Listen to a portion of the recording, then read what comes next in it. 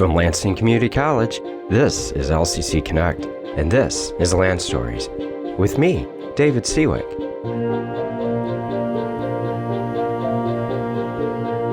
Each episode explores a different topic, such as the people, business, neighborhoods, communities, buildings, and other phenomena that make up the history of our college and our region.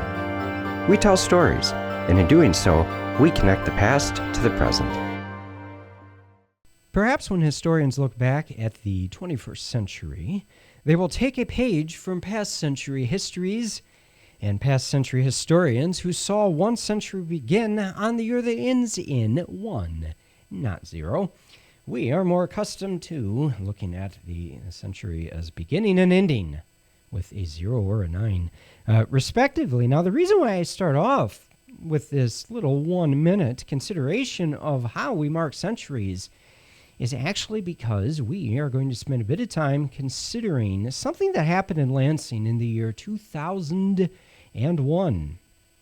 So, on this Lanstories, from the outset, it looks like we are doing some really recent history. But in actuality, our land story we are going to tell today is going to span several decades, and it centers around something that happened in Lansing in the year 2001.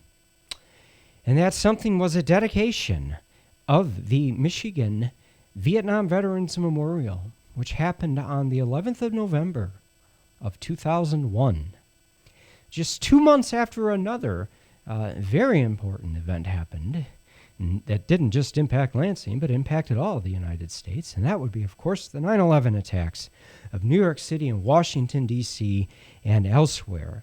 Perhaps because of those attacks, for the remainder of 2001, and I would say for the years that followed, not a lot of necessarily big news coverage was devoted to the dedication of this memorial, perhaps in a way it would have been, had 9/11 not happened. And downtown Lansing has several war memorials, including to the Michigan Vietnam Veterans Monument that I'm going to talk about in more detail a little bit later on in the program here, as that is the primary focus of this 20th episode of Lanstories. But we also want to consider other war memorials in downtown Lansing, why they're there, and then, of course, one should never discuss a war without considering the people that were involved in it. And the veterans memorials that we have here in downtown Lansing and elsewhere around Michigan are exactly that. They're memorials to the men and the women who made the ultimate sacrifice to defend the United States of America. Some of the war memorials in Lansing are on the Capitol lawn. Actually, many of them are. The Capitol lawn has developed over the years into a place where Michigan remembers those who were very important to us, near and dear to our hearts, and those who sacrificed in their citizenry of the state of Michigan. One of those memorials is actually a statue to Austin Blair, who was the Civil War governor. That would be the governor of Michigan during the American Civil War. There's a previous episode of Lanstories devoted to Austin Blair, and I would encourage you to take a minute, look it up and listen to it, but wait, of course, for this program to end before you do so. And some of you have already listened to that episode, so you will know exactly who I am talking about and what I am talking about. Austin Blair, governor of Michigan during the Civil War, he is the only person that has a statue dedicated to him on the Capitol lawn. Not far from Austin Blair, there are other monuments that memorialize Michigan's effort in preserving the Union during the American Civil War. And there are monuments that memorialize other wars that Michigan men and women have fought in, including the Spanish-American War, the Filipino insurgency, which was part of that war, World War I, World War II, the Korean War, and Vietnam. And in fact, there's one monument on the Capitol lawn that covers all 4 of those wars. It's not far at all from where I sit at this very moment. I could get out of my chair and walk to it in maybe 10 minutes. And on that monument, there are explanations for each of the 4 conflicts that are explained on it, including the Vietnam War. And for the Vietnam War, the passage that one could easily read as one was walking down Capitol Avenue and taking a pause to notice this monument. And for the Vietnam War, the explanation on that monument is brief, and it reads as follows. In June of 1950, America sent military advisors to Indochina to provide weapons and instructions. Vietnam gained independence, but was divided into North and South Vietnam. American advisors were increased in 1955 and began training South Vietnam's army. By 1961, hostile guerrilla action intensified in an all-out conflict. Once again, 372,000 Michigan citizens took up arms to preserve liberty. Is not only worth living for, but deserving of life if necessary. Because 2,579 of Michigan's citizenry made the ultimate sacrifice, we honor 13,452 of our comrades who met the foe and were wounded in battle. A 1965 presidential order directed bombing of North Vietnam in reprisal for attacks on U.S. destroyers. Later, American Marines landed in South Vietnam, with the conflict continuing until January 27, 1973 ceasefire agreement. The last troops withdraw March 24, 1973. By defying aggression, America maintained hopes for world peace, disdaining slavery for peace with honor. Now, that memorial, again, it contains other explanations of the other wars that are memorialized through its construction and dedication and presentation.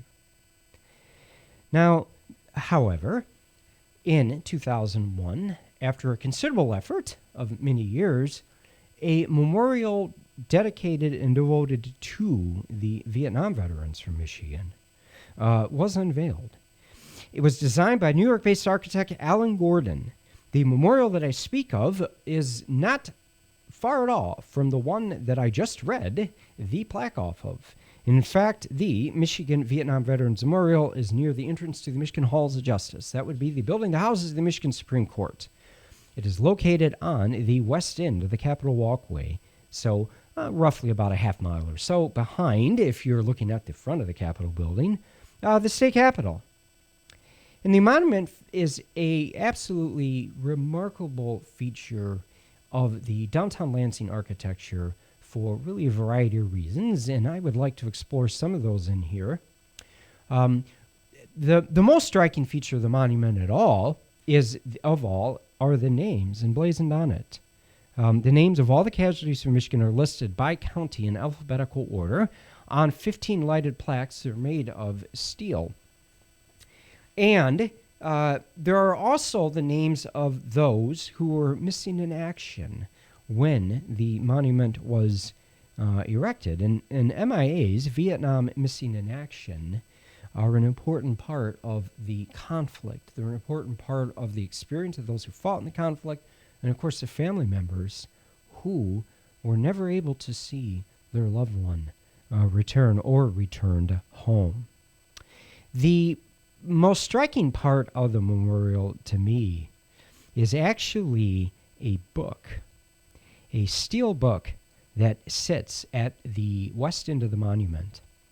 And that steel book has in it the names of all of those who are also listed on the plaques themselves that are part of the monument. And I really feel quite strongly about how conflicts, other historical events, are dedicated and memorialized in public. This has been a really major controversial issue in the United States over the last few years. I don't think there's a single person listening to this episode that would be surprised to hear me say that. One thinks back to some of the very heated discussions, debates, in some cases outright violence has broken out as certain monuments are taken down in the United States. The Vietnam War Memorial must not be lumped into those other monuments, and here's why. And those other monuments I refer to are the Civil War monuments, as they've been called, that have been taken down throughout various parts of the United States over the last few years. And there's even been monuments in Michigan, actually, that have been called into question. They're related to the Civil War. And the reason why I want to state that the Michigan Vietnam Veterans Memorial is different than those monuments is because it was actually built by people who fought in that conflict, meaning the effort, the funds that were raised behind it stemmed from people that fought in that conflict and people who were directly involved in it. And while one could argue that any public monument has a political statement made to it, after all, they wouldn't be erected if they did not intend to inform the public of something. Many of the Civil War monuments that have caused most of the controversy over the last several years in the United States were actually erected after the war happened, in many cases so long after the war happened that they were not built by people who fought in the war, nor by people who were alive when the war happened, and the political purpose for erecting those monuments was really to make a statement against broader national trends that were occurring at the time related to civil rights. Historical context is very important, and the Michigan Vietnam Veterans Memorial has a very different historical context than some of those other monuments that I've discussed here. And again, I feel like I should mention that because monuments and public commemorations of events in history tend to be lumped into one giant category, and that is the category of monuments. And things that we see in public, maybe perhaps without even taking much of a notice except on the rare occasion, and we don't think much beyond it. But each conflict, each person that is memorialized in something like a giant stone or steel edifice that is built in a city, in the case of Lansing, the capital of the state of Michigan, it has a really strong, important public element to it.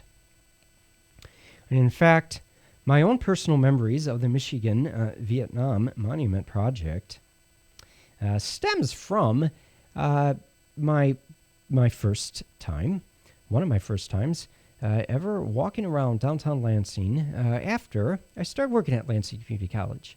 And this is a few years ago now, but not so long ago. I don't remember it. And at that time, the monument hadn't been built for very long. I could kind of tell it by looking around it. And the first time I ever came upon the Michigan Vietnam Monument Project, it was a warm summer afternoon. And I was on a little stroll around downtown Lansing to get a bite to eat for lunch in between classes. And having not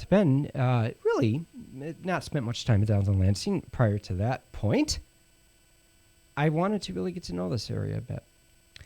I in fact, saw it as a great responsibility of myself, having been hired at Lansing Community College to teach history, to learn as much about the history of the area as I possibly could. I thought I knew a bit about it already, but I learned that one should never assume that his knowledge is anywhere near complete. And in fact, learning of the Michigan Vietnam Veterans Memorial Project was really part of that voyage of discovery. And one of the things that struck me about the first time I went to this monument was the fact that there was nobody around it at all. Even though there were a lot of people on the Capitol Walkway at the time, there weren't a lot of people. In fact, there wasn't anybody standing right around the Vietnam Memorial itself. And I have taken a similar walk now probably hundreds of times, if not more, over the many years that I've had the fortune of teaching at Lansing Community College. And that monument doesn't typically have a lot of people around it. The monument itself gives a very thorough but concise history of some of the main key events that happened in the conflict. And the most important part of the conflict itself, of course, is how it impacted all the lives of the people who fought in it, were injured in it, died in it. or in any other way impacted by it, by having a loved one involved in the war. And the Vietnam War itself actually is a war that started without most Americans even knowing that it had started. And by the time American involvement in Vietnam had reached to the point where there were tens and then eventually hundreds of thousands of American armed force personnel in Vietnam and other parts of the Southeast Asia region, there had been so many events that had already taken place leading up to that point that the war may have caught some Americans as a bit of a surprise. But for those that were already involved in the conflict, there was no surprise that the United States had a major military commitment to Vietnam and Southeast Asia. So a little bit of a background of the Vietnam War, I think, is definitely warranted at this point. And while we definitely want to keep our focus of this episode of Land Stories on the war memorial itself and what it means, a background information towards the conflict is going to help us accomplish that goal. And the background of the Vietnam War actually goes many years back to before most Americans even knew about it. We have to go back to World War II, really, and even before that. Before World War II, the European nation of France had created a colonial empire that spanned the world. And one of the colonies that France had in its possession was something they called French Indochina. It included what we would eventually call Vietnam. There were other nations in Southeast Asia that would eventually gain their independence from the French Republic, but Vietnam turns out to be the focus of American military interest after World War II ends. And the reason for that is because during World War II, many things had changed in Southeast Asia, including the map. The colonial boundaries of Southeast Asia, and they were by and large colonial boundaries, had influenced the map, had influenced the political, the geographic makeup, the military alliances in Southeast Asia going back decades before we even get to World War II in the 1940s. World War II disrupts all of this. And after World War II, the French make an effort to regain control over some of the colonies they had either lost control of outright during World War II, or the power that the French attempted to exert or re-exert over existing colonies had been weakened so dramatically for a variety of reasons, including World War II, that after World War II, the French found themselves in a state where they either had to commit to maintaining their empire or let it go. Eventually, they tried both, and eventually, most of the former French colonies did gain their independence. The situation in Vietnam was complicated. Post-colonial conflicts usually were in this time period. We're talking the middle part of the 20th century. Right after World War II ends, France makes a major military investment into its Indochina colony. The United States kept a close eye on this and eventually ended up supporting the French by sending military advisors to the conflict zone. In 1954, the French fought a major battle against Vietnamese forces called the Battle of Dien Bien Phu, and at that point, the French are, they suffer a major military defeat. They lose lots of their personnel on the battlefield. This happens over the spring of 1954 by and large, March and April. And then in May of 1954, as a result of the fighting that had taken place up to that point, and the Battle of Dien Bien Phu, the international community, through the United Nations, steps into the situation here and attempts to mediate a ceasefire wherein North and South Vietnam would be divided. So those geographic regions through that division become essentially temporary countries that are independent of one another, One is called North Vietnam, one becomes known as South Vietnam. They had longer names than that, and their names were based on very much their political and military ideology and their founding. But in the United States, they were by and large called North Vietnam and South Vietnam. Part of the UN mandate that happened in 1954 that created North and South Vietnam, again, as these intended to be temporary structures, if you will, temporary countries, was that there would be reunification of the two temporarily divided halves of the country at a point in the future. So that reunification then was stated as an intended goal of this temporary division. What ends up happening is that reunification doesn't happen. Instead, a civil war essentially breaks out in Vietnam between those who wanted to follow the South Vietnam political structure and military forces, and those who wanted to continue fighting along the forces that had been, alongside the forces that had developed during World War II to fight for Vietnamese independence. Those forces were communist. Communist by declaration, communist by alliance, communist by name in some cases. That created a major problem in the eyes of official American policy at the time, because this is the height of the Cold War, ladies and gentlemen. The Cold War would be the conflict, both real and, as we see with the case of Vietnam, and in some cases, virtual conflict, to use a modern terminology, between the United States and the Soviet Union and American allies and Russian allies between really the end of World War II, late 1940s, and right through the dissolution of the Soviet Union, the dissolving of the Soviet Union, which happens in the early 1990s. Vietnam becomes part of the Cold War, and it becomes part of the Cold War in a big way because of the fact that North Vietnam has this history of alliance with various communist forces in Southeast Asia, including those that they themselves created.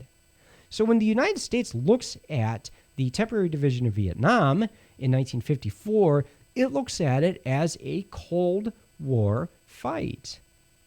That you have communist infiltration, communist influence, and communist party membership, and communist armies that are encompassing North Vietnam. And in South Vietnam, therefore, the United States sees an opportunity to place a bulwark against what it called communist expansion throughout Asia. So that's actually how the United States ends up being involved in the Vietnam War, is through that Cold War tie, and through the ties with the historic alliance and interest in France. So after 1954, over the next really about 10 years, the United States has a steady, but compared to what would happen after 1964, still relatively smaller scale commitment to Vietnam and to South Vietnam. And that military commitment reaches all facets of form, including sending military advisors over to train South Vietnamese forces. This is the condition that the United States sets itself up in as a means of supporting South Vietnam from 1954 on. Most of the fighting in Vietnam that Americans to this day, and at the time considered to be the Vietnam War, happens after a couple of incidents that occur in the Gulf of Tonkin, which is the sea off the North Vietnamese coast, in August of 1964. These become known as the Gulf of Tonkin incident or the Gulf of Tonkin affair.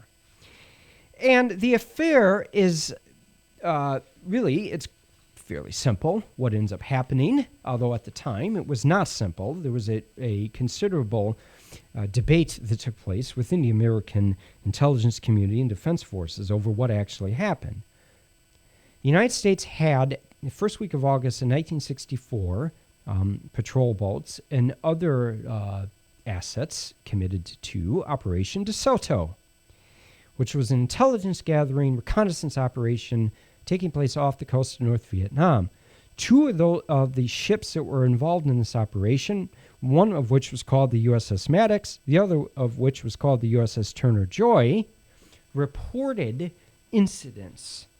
The Maddox was engaged by North Vietnamese forces on August the 2nd of 1964. 2 days later, another ship, the Turner Joy, reported also being engaged, but it wasn't. In the end, actually, the Turner Joy had crew on board that opened fire against false radar noise. The Maddox was actually engaged, and it returned fire and ended up sustaining minor damage. Actually, it wasn't really damage. The minor damage that was reported was one bullet hole that was found in the Maddox from fire that the ship faced from North Vietnamese forces. But as a result of the Gulf of Tonkin affair, Congress ended up passing a resolution that gave President Lyndon Johnson and the Department of Defense a great degree of latitude in sending American forces to Vietnam. And those forces then arrived in much, much, much greater numbers than they had before, beginning in later 1964 and especially into 1965. That is where most of the men and women who ended up fighting in Vietnam came from. And the names of those who were wounded or died in the war are emblazoned along all of those steel tablets that make up part of that very moving monument. And I will conclude this episode of Lanstories with the Michigan Vietnam Monument Project mission statement, as is stated at the Michigan Vietnam Veterans Memorial. The Michigan Vietnam Monument Project is an opportunity to recognize, honor, and learn from both the Michigan residents who served and from those who, by death, missing in action, or prisoner of war, sacrificed their life in Vietnam. The monument is intended to provide a place for future generations to reflect upon America's longest and most controversial war, one that divided the nation and was fought by soldiers whose average age was 19 years. Completion of construction will continue the healing process for the Vietnam veterans, their family members, and the countless numbers of individuals and organizations who were profoundly affected by this war. The monument's dedication will provide the welcome home bypassed during the turmoil of that time. To this end, we dedicate our labors and invite the state and the nation to join this task. Michigan Vietnam Monument Commissioners, November 11th, 2001. You've been listening to Lanstories with me, David Siwik. For more information on this program and to stream past episodes, visit lccconnect.org. LCC Connect is the official home of the voices, vibes, and vision of Lansing Community College, offering hours of original and exciting programming. Hosted by faculty, staff, and community members, LCC Connect explores our college's work in the community, important topics in higher education, and our vision for the future. Catch the vibe on 89.7 FM or online at lccconnect.org. Until next time, remember, keep telling good stories.